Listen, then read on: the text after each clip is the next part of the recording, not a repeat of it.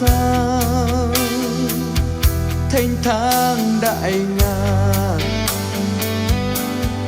theo ngọn gió đi hoa về với buồn mê núi đồi cà phê xanh ngút ngàn.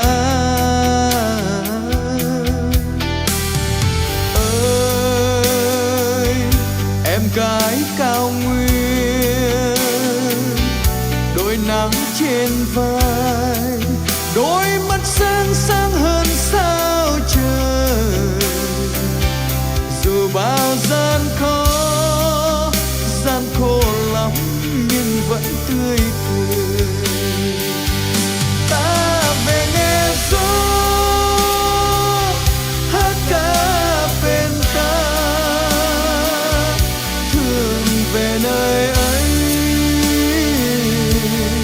thênh thang đại ngàn.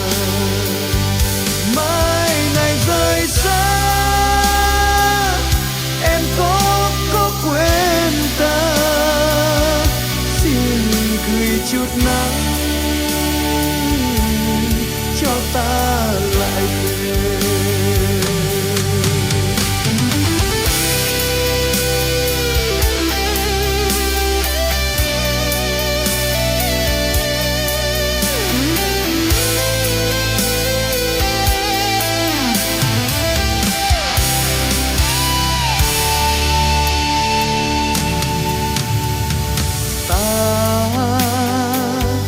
Về với nguyên sơ, về giữa không gian bao la tình người.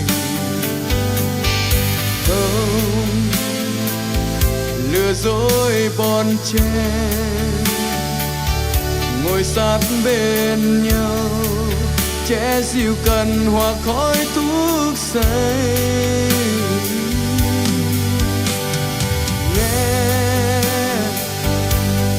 Lời gió ngân nga kể những câu ca ơi cao nguyên với bao huyền thoại. Chàng trai Tây Nguyên mang dòng máu hùng dũng kiên cường. Ta về nghe gió hát ca bên ta,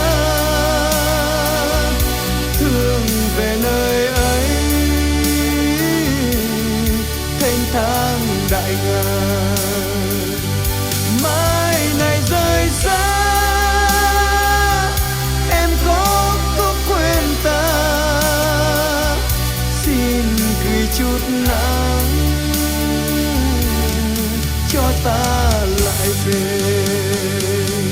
Ta về nghe gió bên ta, thường về nơi ấy cho ta lại về. Mai này rời xa em có quên ta, xin gửi chút nắng cho ta lại